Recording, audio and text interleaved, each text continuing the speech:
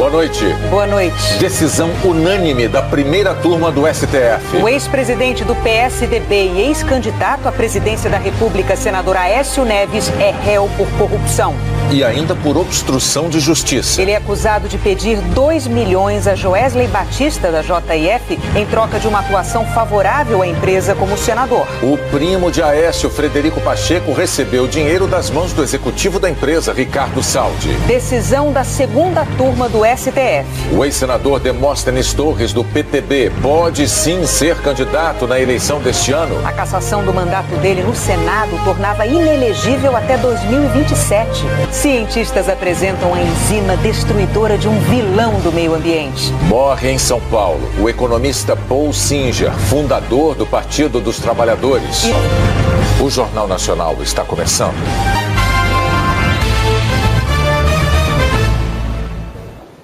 A primeira turma do Supremo Tribunal Federal aceitou denúncia contra o senador Aécio Neves, do PSDB.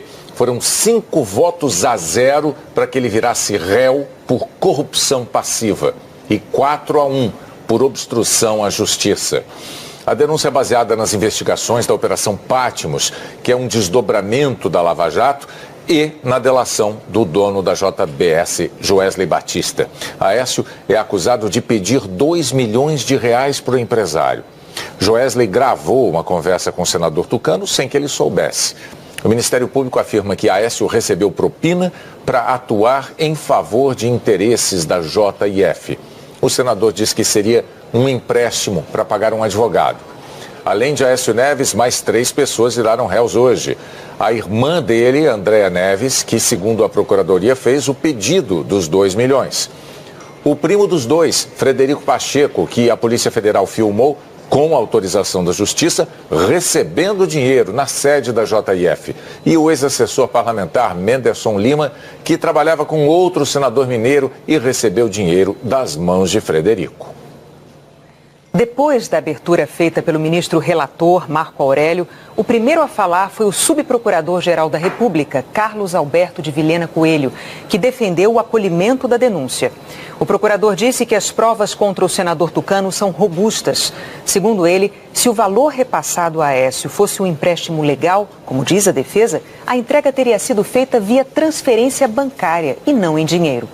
Coelho defendeu ainda que as gravações feitas pelo delator Joesley Batista são legais e que não houve flagrante preparado contra o senador Aécio Neves, como argumentou a defesa.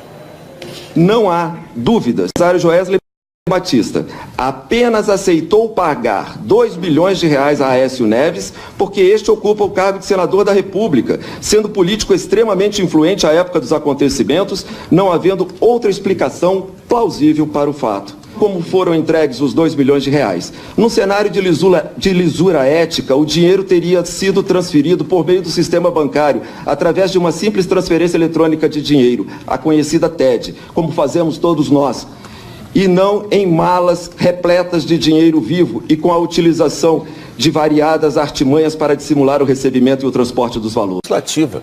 E não há elementos que caracterizem os crimes de obstrução à justiça nem de corrupção passiva. Toron reafirmou que os 2 milhões de reais foram pedidos em empréstimo e que nada foi prometido em troca deste dinheiro. Ainda segundo o advogado de defesa, na gravação entre Joesley Batista e Aécio Neves, é o empresário quem sugere o pagamento do dinheiro em espécie. E também é Joesley quem fala de cargos na mineradora Vale, uma suposta contrapartida pelo dinheiro. O posicionamento da nossa Câmara não permitiu focalizar o advogado de frente.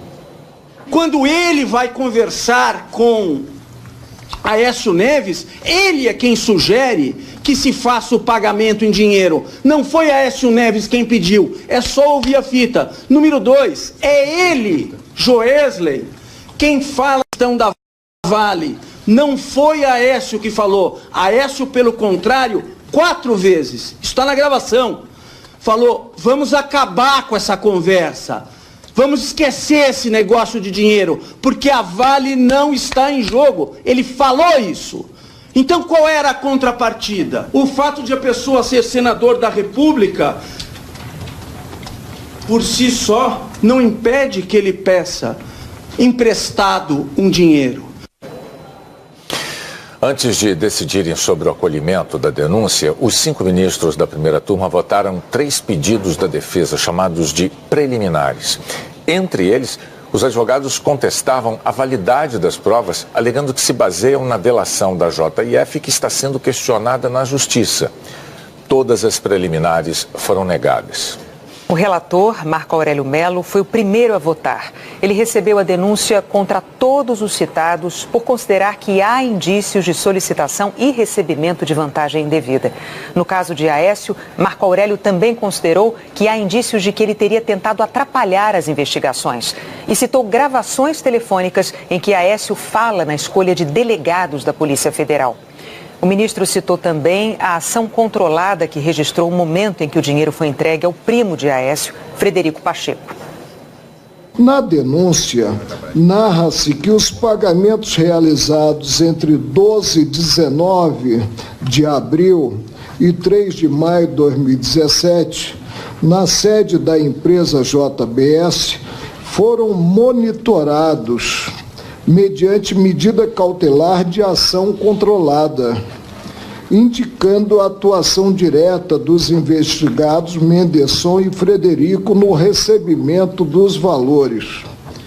A integralidade do numerário especificado como a revelar a corrupção, 2 milhões, foi apreendida pela Polícia Federal e depositada em conta à disposição da Justiça, auto de apreensão referente ao valor de 480 mil, entregue espontaneamente por Menderson Souza Lima. Há indicativos de solicitação e percepção de vantagem indevida pelo detentor de mandato eletivo, com o auxílio da irmã, de Frederico Medeiros e de Menderson Souza Lima. O ministro Luiz Roberto Barroso acompanhou o relator e votou para tornar Aécio Neves réu. O ministro considerou que os indícios de corrupção são mais sólidos que os de obstrução, mas viu elementos para receber a denúncia pelos 2 crimes. Ele disse que considerou relevante tamanha quantia de dinheiro ter sido entregue em malas. Quais os indícios de que tem alguma coisa errada aqui? O primeiro deles, no mundo dos atos lícitos, um empréstimo de 2 milhões de reais é materializado em um contrato de mútuo, no qual se estabelecem as condições do ajuste. Prazo para pagamento, juros aplicáveis, correção monetária, garantias e sanções pelo descumprimento. Aqui não existiu contrato. Segundo indício que me parece relevante, no mundo dos negócios lícitos, um pagamento desse vulto, 2 milhões de reais em 4 parcelas de 500 mil reais, se fazem por transferência bancária ou, no máximo, por cheque. Nos dias de hoje, ninguém sai por aí transportando pela estrada mochilas e malas de dinheiro, a menos que haja alguma coisa errada na operação. E parece que, de fato, havia. A ministra Rosa Weber deu o 3º voto pela abertura da ação penal e formou a maioria para que Aécio Neves e os outros 3 acusados virassem réus. Segundo Rosa Weber, os indícios da prática de crime são suficientes para justificar o recebimento da denúncia. Recebo as 2 imputações, não só corrupção passiva como obstrução da justiça, porque nesta fase processual são suficientes os indícios da materialidade da autoria e eu os entendo presentes, especificamente quanto à obstrução da justiça, pela vertente da tentativa de escolha de delegados de Polícia Federal para conduzir os inquéritos da Operação Lava Jato. O ministro Luiz Fux destacou que, nessa fase, eventuais dúvidas não devem favorecer o investigado, mas a sociedade na busca pela elucidação dos fatos. E também votou pelo recebimento da denúncia. É caso típico de recebimento da denúncia em cujo processo a parte poderá demonstrar à sociedade a verossimilhança de que se tratava de um eventual empréstimo, de que o primo não sabia o que estava levando para o imputado e que a irmã também não tinha ciência e consciência do fato e por isso agiu sem qualquer dolo. Por esse fundamento, senhor presidente, aplicando o princípio indúbio para a sociedade, eu acompanho o relator recebendo a denúncia. O último ministro a votar foi o presidente da primeira turma, Alexandre de Moraes. Ele também concordou com o relator sobre o crime de corrupção passiva. Nessa acusação, Aécio virou réu por unanimidade. Mas Alexandre de Moraes votou contra a acusação por obstrução de justiça. Foi o único voto dissonante. Segundo Alexandre de Moraes, não há indícios suficientes e a própria denúncia só fala em intenção. Em relação à acusação de corrupção passiva, o conjunto probatório, nesse momento, é suficiente para que seja lida a denúncia. O mesmo não faço em relação à segunda imputação. Essa sequência de ligações e movimentações do senador Aécio Neves deixa clara a sua intenção de interferir na distribuição de inquérito de seu interesse. Ou seja, há o ditado, né, que de boas ou más intenções o inferno está cheio. Mas aqui a própria acusação fala em intenção, ou seja, é cogitação. E com a lealdade processual que sempre caracteriza o Ministério Público, o próprio Ministério Público fala, importante mencionar na denúncia, que nenhum inquérito chegou a ser redistribuído, óbvio, porque não se apontou. Pediu para o delegado tal que distribuísse tal. Aí nós teríamos um ato executório. Com o julgamento de hoje, Aécio Neves virou réu pela primeira vez no Supremo. Ele ainda é alvo de outros 8 inquéritos, todos no Supremo por causa do foro privilegiado. Os inquéritos apuram denúncias feitas a partir de delações da Odebrecht e do ex-senador Delcídio do Amaral, que era do PT. O senador Aécio Neves falou agora há pouco sobre a decisão da primeira turma. Está chegando aqui a nota neste momento, eu estou olhando no meu computador. Ele disse que está tranquilo e que agora terá a oportunidade de provar a absoluta correção dos próprios atos. Também hoje, numa outra sessão, a segunda turma do Supremo Tribunal Federal decidiu por 3-2 que o ex-senador Demóstenes Torres, do PTB, poderá concorrer às eleições desse ano. Faz 6 anos que o Senado cassou o mandato de Demóstenes e, com isso, ele ficaria inelegível até 2027. A segunda turma analisou os efeitos de uma decisão tomada há quase 6 anos. A cassação do mandato de Demóstenes Torres, então do Democratas, acusado de defender os interesses do bicheiro Carlinhos Cachoeira no Congresso. A cassação tinha tornado Demóstenes inelegível até 2027.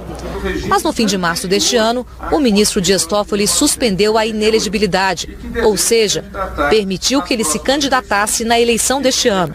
Como foi decisão liminar, provisória, hoje os ministros votaram o caso em caráter definitivo. O relator Dias Toffoli lembrou que a segunda turma já tinha anulado, em 2016, as provas contra Demóstenes, sob a alegação de que foram interceptações telefônicas feitas sem autorização do Supremo.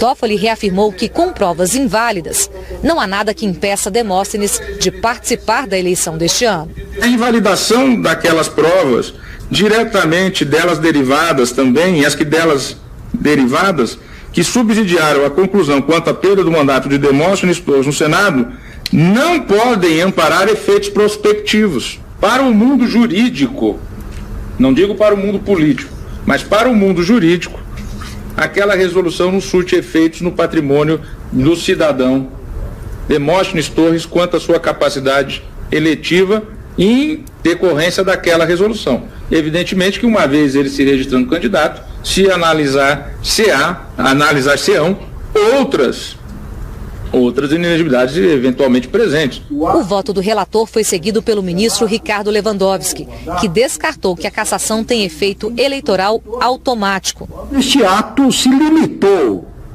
exclusivamente a cassar o mandato do senador, sem fazer qualquer alusão à perda, à suspensão dos direitos políticos. Portanto, não há, a meu ver, como bem destacou o eminente relator, qualquer automatismo nesta suspensão. O ministro Gilmar Mendes deu o terceiro voto para liberar Demóstenes a disputar a eleição deste ano, formando maioria. Gilmar concordou que provas nulas não poderiam impedir a candidatura de Demóstenes. A resolução do Senado nada fala de inelegibilidade, mas isso é uma decorrência do sistema e isso já teve efeitos em outros debates. O ministro Celso de Mello abriu a divergência. Ele concordou com o entendimento da procuradora-geral Raquel Dodge que o pedido da defesa não poderia ter sido uma reclamação ao Supremo, e sim outro instrumento jurídico. E que os critérios usados no julgamento político do Senado são diferentes dos criminais. A eminente senhora procuradora-geral da República insiste no fato de que a existência de elementos probatórios autônomos subjacentes à decisão do Senado da República para a formação e formulação de seu juízo político que cassou o mandato da parte reclamante, esses elementos fundaram-se em evidências múltiplas distintas daquelas que foram coligidas na seara penal, como as declarações feitas no próprio Poder Legislativo, pelo próprio reclamante e no reconhecimento da percepção de vantagens ilícitas, mas sobretudo no juízo de desvalor sobre a sua conduta ética, que foi matéria, que constitui matéria obviamente estranha ao julgado dessa Corte no recurso ordinário em questão. O ministro Edson Fachin concordou com Celso de Mello. Afirmou que a decisão do Senado de cassar o mandato de Demóstenes implica também em torná-lo inelegível e que não cabe ao Supremo contrariar o entendimento de outro poder. O parâmetro de controle é uma decisão proferida por esse tribunal 5 anos depois.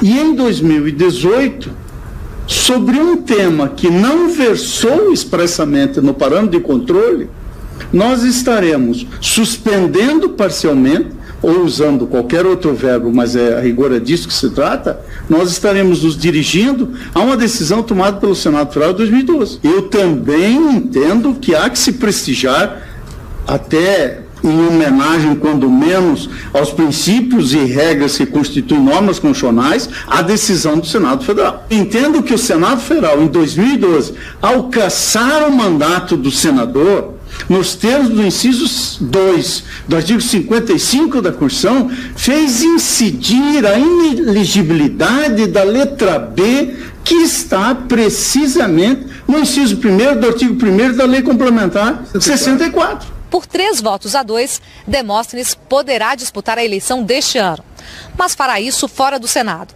Por unanimidade, os ministros negaram que ele reassuma o mandato, que vale até janeiro do ano que vem, e que era um segundo pedido da defesa. O presidente em exercício do Senado, o senador Cássio Cunha Lima, do PSDB da Paraíba, declarou que não compete ao Senado comentar decisões do Supremo Tribunal Federal. 11 senadores da Comissão de Direitos Humanos do Senado fizeram hoje uma vistoria na sala reservada onde o ex-presidente Lula está preso na Polícia Federal em Curitiba. Eles passaram cerca de 2 horas na superintendência e disseram que a sala está em boas condições, mas reclamaram do isolamento de Lula. Os senadores também visitaram a carceragem e declararam que não constataram irregularidades. Uma pesquisa do Datafolha, publicada hoje pelo jornal Folha de São Paulo, concluiu que a maioria dos brasileiros apoia a prisão de réus condenados em segunda instância. 57% dos entrevistados responderam que é mais justo que um acusado seja preso depois da condenação em 2 instâncias judiciais.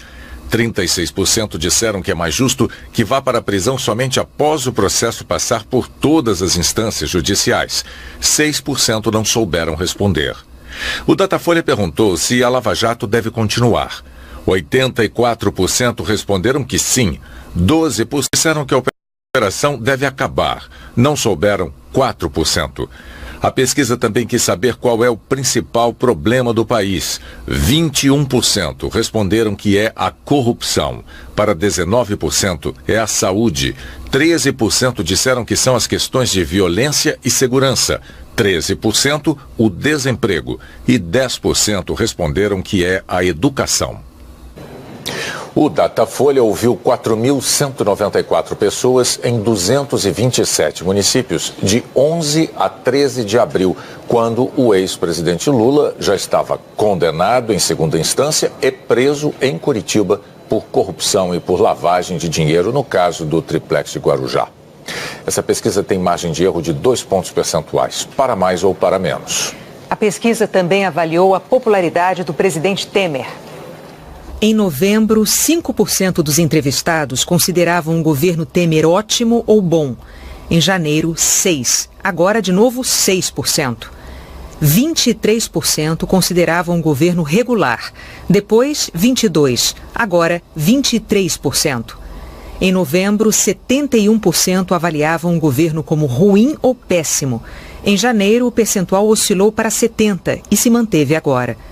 1% não soube ou não respondeu. Depois, 2%. E agora, 2%. Chegou a hora da previsão do tempo. Vamos lá para São Paulo falar com a Maju Coutinho. Oi, Maju, boa noite. A gente começa por onde hoje? Oi, Renata, boa noite para você, para o Bonner e para todos. Olha, eu começo com o resumo da chuva dos últimos 7 dias. O aguaceiro ficou confinado em áreas do norte e do nordeste. Entre os estados mais atingidos, temos o Pará, com 21 municípios em situação de emergência por causa da chuva, e Piauí e Maranhão, com 11. Amanhã, o alerta de temporais continua valendo para a região norte e para o norte do nordeste. Parte do centro-oeste aqui está na rota das pancadas isoladas, e é bom ficar de olho na chuva que deve atingir áreas do litoral baiano. Pode chover cerca de 10 milímetros em Salvador e em Belém, 15 em São Luís e em Teresina, 5 em Vitória. Bom, a gente nota que os volumes estão bem menos assustadores, mas é importante lembrar que ainda existem áreas muito encharcadas onde qualquer chuva pode fazer diferença. Eu fecho essa primeira parte da previsão, Renata, falando sobre a possibilidade aí de ressaca entre áreas do Espírito Santo e de Salvador. Então, mais um dia de ressaca. Você já tinha alertado ontem, né, de ressaca nessa região. E as temperaturas, Maju, como ficam? Pois é, Renata, a ressaca é bem típica do outono também. A gente vai ter de temperatura manhãs bem frias em alguns lugares. Hoje, Curitiba marcou 13,3 graus de mínima, São Paulo 15,7, Rio de Janeiro 16,2. Foi a primeira manhã mais fria do ano nessas capitais. Porém, as mínimas registradas hoje nas capitais que eu citei devem perder a liderança no quesito frio amanhã, porque pode esfriar ainda mais. Veja só, 12 de mínima lá em Curitiba, 13 em São Paulo, 15 no Rio de Janeiro, BH deve marcar 16 e Brasília 17 graus. E além de fria, a quarta-feira pode começar embaçada com névoa e nevoeiro em aeroportos do Paraná, de São Paulo e do Rio de Janeiro. Depois que a névoa baixar, vem o sol, o tempo fica firme em quase todo o sul do país, menos aqui no leste catarinense. Tempo aberto também em São Paulo, em grande parte de Minas Gerais, num bom pedaço do Rio de Janeiro, aqui no oeste do Espírito Santo, avançando pelo interior baiano, interior de Sergipe, Alagoas, Pernambuco, também no interior aqui do Piauí, em áreas de Goiás e também de Mato Grosso do Sul. As máximas ficam assim: 22 graus em Curitiba, 25 em São Paulo, 26 em Floripa, em BH e em Brasília, e no clube dos 30 graus estão Belém, Aracaju, Salvador e vocês aí, Rio de Janeiro, com 30 de máxima amanhã. Renata. Depois que o sol aparece, a temperatura vai aumentando mesmo ao longo do dia. Até amanhã, Maju. Até amanhã.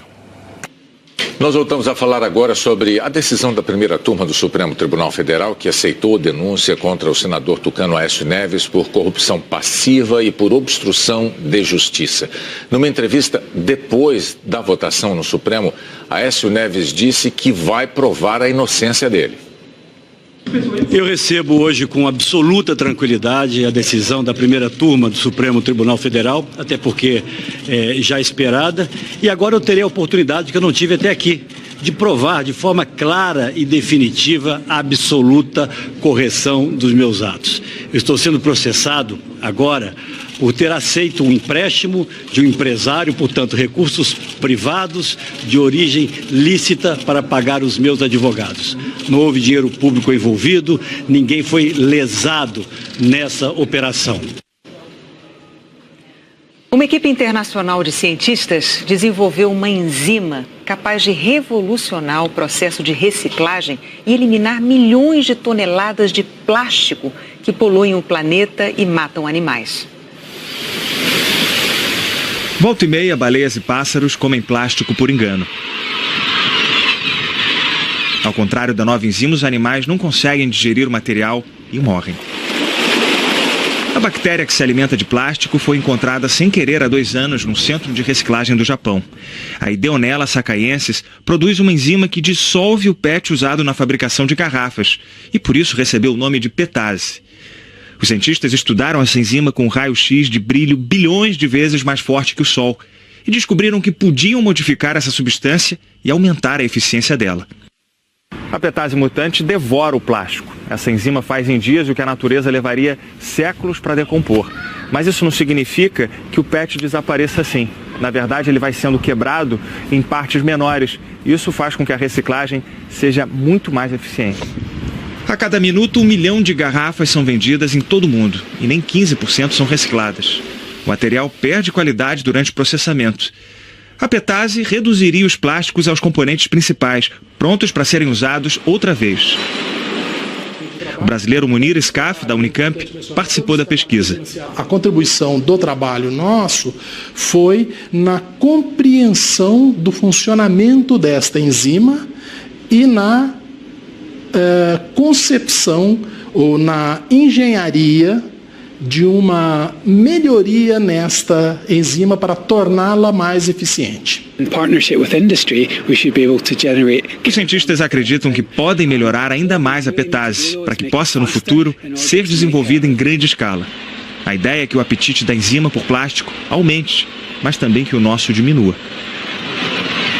O ministro da Agricultura, Blairo Maggi, afirmou que não houve acordo com a União Europeia para liberar a exportação de frango de 9 unidades exportadoras da BRF. Em março, a empresa foi alvo da 3ª fase da Operação Carne Fraca da Polícia Federal. A expectativa do governo é que o bloco europeu anuncie um embargo definitivo à carne produzida por essas unidades e não descarta impactos em outras empresas brasileiras. Blairo Maggi disse ainda que o Brasil vai à Organização Mundial do Comércio para discutir a questão. No ano passado, o Brasil exportou 775 milhões de dólares em carne de frango à União Europeia. A BRF não se manifestou. O Fundo Monetário Internacional aumentou a previsão de crescimento da economia brasileira este ano de 1,9% para 2,3%. Para 2019, a estimativa cresceu de 2,1% para 2,5%. O FMI ressaltou que o consumo privado e os investimentos devem impulsionar o desempenho brasileiro e que a inflação baixa permitiu uma queda dos juros. Mas o FMI também alertou que incertezas políticas ameaçam a implementação de reformas. No primeiro trimestre, a economia da China cresceu 6,8% na comparação com o mesmo período do ano passado. Essa alta foi ligeiramente acima da esperada. Morreu ontem à noite em São Paulo, aos 86 anos, o economista Paul Singer. Ele sofria de Alzheimer e teve uma infecção generalizada. O corpo do economista Paul Singer foi enterrado no meio da tarde, no cemitério israelita do Butantã, em São Paulo. Muitos amigos e parentes estiveram no velório. Tudo que ele demonstrava para fora era exatamente o que ele era na intimidade, né? Uma pessoa íntegra e cuidadosa, atenciosa. Paul Singer nasceu na Áustria e veio para o Brasil na década de 40. A família de origem judaica fugia dos nazistas. Em São Paulo, ele fez um curso técnico, trabalhou numa empresa de elevadores e ingressou no movimento sindical.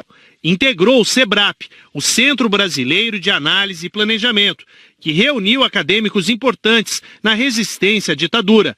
Na década de 80, participou da fundação do Partido dos Trabalhadores. Formado em economia na USP, se tornou professor na universidade. Ele para nós sempre foi Paulo. O Paulo foi um economista muito importante. Ele punha a mão na massa e se aventurava mais. Amigos, ex-alunos, colegas da universidade disseram que o grande legado de Paul Singer foi o desenvolvimento do conceito da economia solidária, que nas palavras do próprio Paul Singer, abre aspas, economia solidária é uma organização de produção, de comercialização, das finanças e do consumo, que privilegia o trabalho associado, a autogestão, a cooperação e a sustentabilidade, considerando o ser humano na sua integridade como sujeito e a finalidade econômica. Fecha aspas. Foi uma espécie de insight que ele teve no momento em que havia muito desemprego e ele achou que, em vez de ficar esperando a criação de empregos, as pessoas podiam se organizar entre elas mesmas para produzir de maneira cooperativa e igualitária. Leitor voraz, publicou muitos livros sobre economia e desenvolvimento e gostava de colocar em prática suas ideias. Ajudou a organizar o sistema de cooperativas de reciclagem em São Paulo. Ele recebia nós com todo prazer, sem frescura, sem nada, que nós escutávamos ele fazia palestras para vários catadores. O professor, que gostava da troca de experiências, dizia que iria aprender até o último minuto. Sinceramente, espero que todos vocês possam falar para que eu aprenda também. E na minha idade, continuo aprendendo, com muito gosto. E assim serei até morrer. Morreu hoje aos 92 anos a ex-primeira-dama dos Estados Unidos, Barbara Bush. Ela sofria de doenças cardíaca e pulmonar. Anteontem, a família anunciou que desistiria de buscar tratamento médico.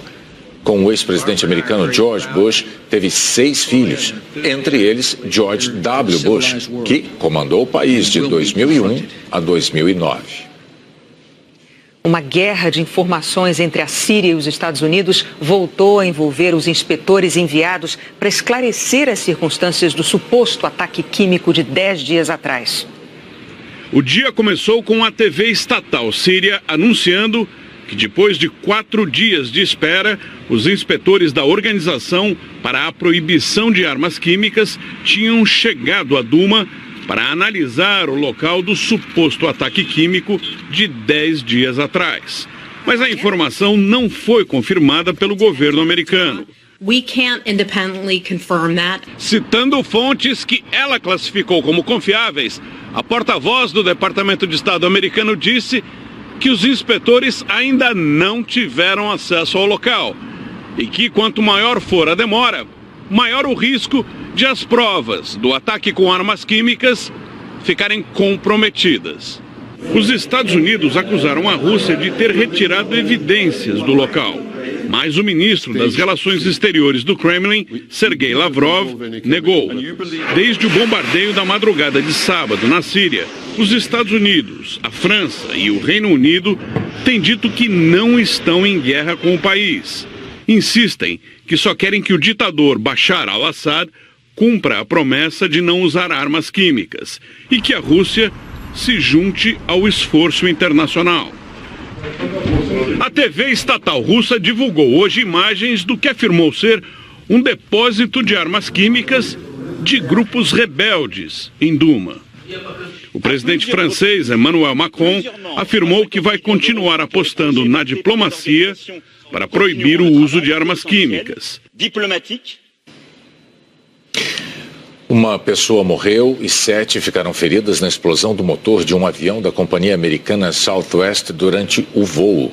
149 pessoas estavam a bordo viajando de Nova York para Dallas, no Texas. O impacto da explosão espalhou estilhaços e quebrou uma janela.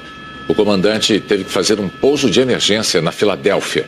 O Departamento Nacional de Segurança nos Transportes está investigando a explosão e não informou a causa da morte da passageira. O governo do Equador confirmou hoje que mais 2 pessoas foram sequestradas por guerrilheiros na fronteira com a Colômbia. No vídeo enviado como prova de vida, o casal pede ajuda ao presidente Lenín Moreno para evitar o que aconteceu com a equipe do jornal equatoriano El Comércio. Na semana passada, 2 repórteres e um motorista mantidos reféns por 3 semanas foram assassinados pela Frente Oliver Sinisterra, um grupo dissidente das Forças Armadas Revolucionárias da Colômbia. A Confederação Brasileira de Futebol elegeu o diretor executivo Rogério Caboclo para substituir Marco Polo Del Nero na presidência a partir de abril do ano que vem. O colégio eleitoral é composto pelas 26 federações estaduais e a do Distrito Federal e mais os 40 clubes das séries A e B do Campeonato Brasileiro. Clubes que não participaram de uma assembleia realizada no ano passado para alterar o estatuto da CBF. As novas regras deram maior peso aos votos das federações e estabeleceram que uma candidatura à presidência só seria possível com o apoio de pelo menos 8 federações e 5 clubes. Uma única chapa liderada por Rogério Caboclo atendeu aos requisitos.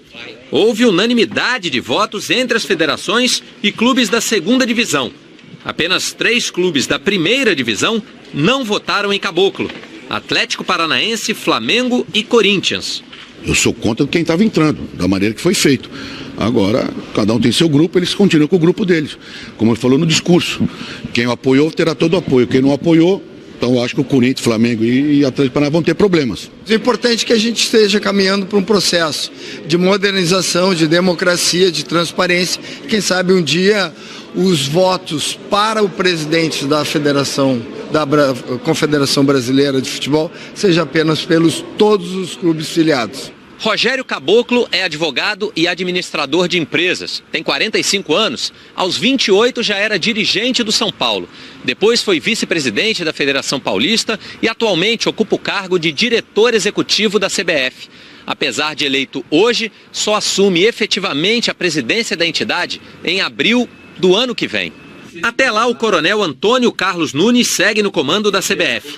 Caboclo acumula a direção executiva da Confederação, do comitê organizador da Copa América de 2019, que será no Brasil, e ainda vai chefiar a delegação brasileira na Copa do Mundo. Prometo muito trabalho e a busca incessante de união e entendimento. Nossa gestão será marcada por 2 pilares: eficiência e integridade. No discurso após a votação, o futuro presidente mencionou também um dos maiores aliados políticos, o presidente afastado Marco Polo Del Nero. Ao presidente Marco Polo Del Nero, ausente do processo eleitoral, desejo todo o sucesso nos desafios que enfrenta hoje. Del Nero está suspenso pela FIFA, acusado de ter recebido propinas em negociações de direitos esportivos. No fim do mês, quando termina a suspensão, ele pode ser banido do futebol. Ex-presidentes, José Maria Marim está preso nos Estados Unidos. Ricardo Teixeira vive no Brasil, mas também é investigado em vários países por envolvimento em corrupção. O Jornal Nacional mostrou ontem o robô que um cientista japonês criou, à sua imagem e semelhança, né, Renata? E que está pronto para fazer algumas tarefas de seres humanos. Hoje o Alan Severiano vai explicar como essa tecnologia está ajudando muitas empresas e milhões de consumidores. Se você tem a necessidade de conversar com alguém, eles estão aqui para isso. Mas se a dúvida que surge na compra pela internet for mais simples, a inteligência artificial pode resolver. Quantas páginas tem o livro? Qual é o idioma? É só digitar no chat. O sistema responde em 1 segundo e ainda pergunta se você quer um cupom de desconto. A livraria investiu no simulador de conversa para acompanhar o ritmo do cliente. A gente está numa era onde o consumidor está cada vez mais imediatista e mais conectado. Então, utilizar todo esse serviço de inteligência artificial é dar um tempo de resposta mais rápido possível para esse consumidor. Há 5 meses, esse escritório de advocacia conta com a ajuda de Carol. Carol é um sistema que cadastra e classifica os 6.000 processos judiciais que entram aqui por mês.